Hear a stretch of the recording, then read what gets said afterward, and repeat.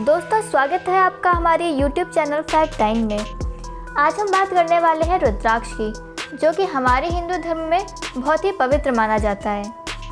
आज की इस वीडियो में हम आपको बताएंगे कि रुद्राक्ष बनता कैसे है और कैसे क्या किया जाता है इसे इसका रूप देने के लिए, और साथ ही में बताएंगे कि इसको धारण करते वक्त किन किन बातों का खास ध्यान रखना चाहिए। तो चलिए दोस्तों, शुरू करते हैं बिना किसी देरी के।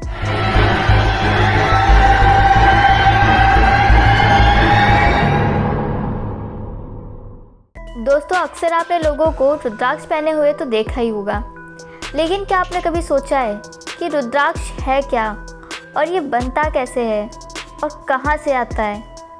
अगर नहीं तो आज हम आपको इसी के बारे में बताने वाले हैं। दोस्तों, रुद्राक्ष एक फल का बीज है जिसका इस्तेमाल हिंदुओं में प्रार्थना के लिए किया जाता है। रुद्राक्ष के बीज जब पकते हैं तो ये नीले रंग में फल की तरह दिखते हैं। कभी कभी इन्हें ब्लूबेरी भी कहते हैं। हिंदू धर्म में रुद्राक्ष को भगवान शिव से जोड़ा जाता है। इस बीज को सुरक्षा के लिए और ओम नमः शिवाय जैसे मंत्रों के जाप के लिए पहना जाता है। अब हम आपको बताते हैं कि रुद्राक्ष का मतलब क्या होता है। रुद्राक्ष एक संस्कृत शब्द है जो रुद्र और अक्ष से बनता है।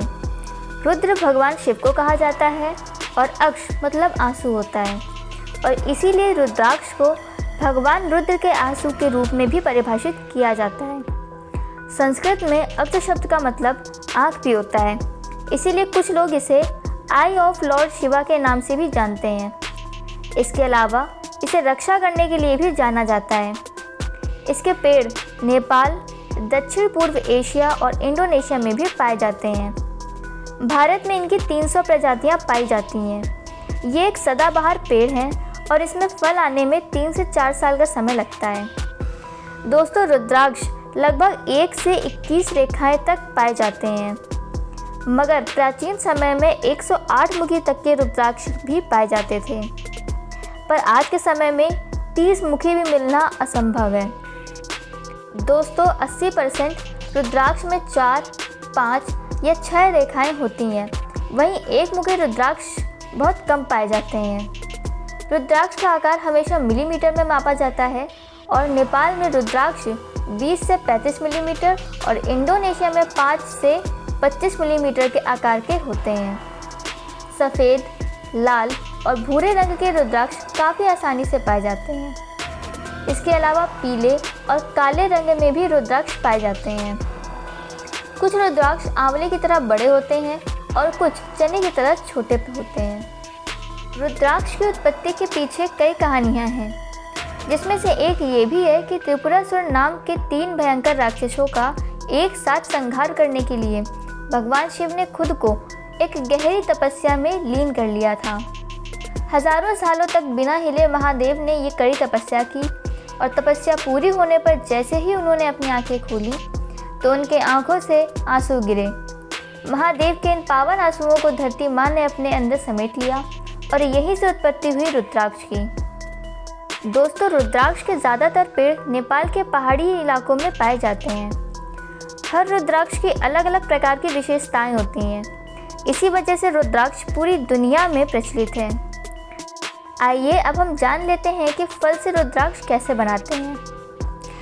तो फल से रुद्राक्ष बनाने के लिए सबसे पहले रुद्राक्ष के फलों को तोड़कर एक जगह इकट्ठा कर लेते हैं, और 2 दिनों बाद फलों में से रुद्राक्ष निकालने का काम शुरू होता है। असल में ये जो रुद्राक्ष के फल होते हैं उन्हें 2 दिनों तक सूखने के लिए छांव में रख दिया जाता है, तो उसमें से रुद्राक्ष को निकालना काफ़ी आसान हो जाता है। रुद्राक्ष को फल में से निकालने का काम बहुत ही आसानी से किया जाता है, ताकि रुद्राक्ष को कोई नुकसान ना पहुँचे।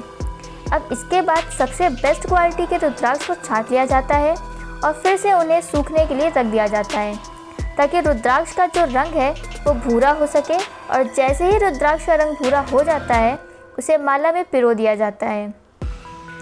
दोस्तों, अगर हम रुद्राक्ष के चमत्कारी गुणों के बारे में बात करें तो रुद्राक्ष में एक तरह का स्पंदन होता है, यानी कि इसमें कुछ ऐसी पल्स होती हैं जो इलेक्ट्रोमैग्नेटिक एनर्जी रिलीज़ करती हैं।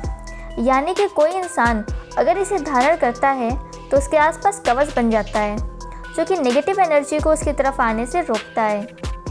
हम आपको बता दें कि कि जब भगवान शिव की कृपा होती है तभी ही इंसान रुद्राक्ष धारण कर सकता है।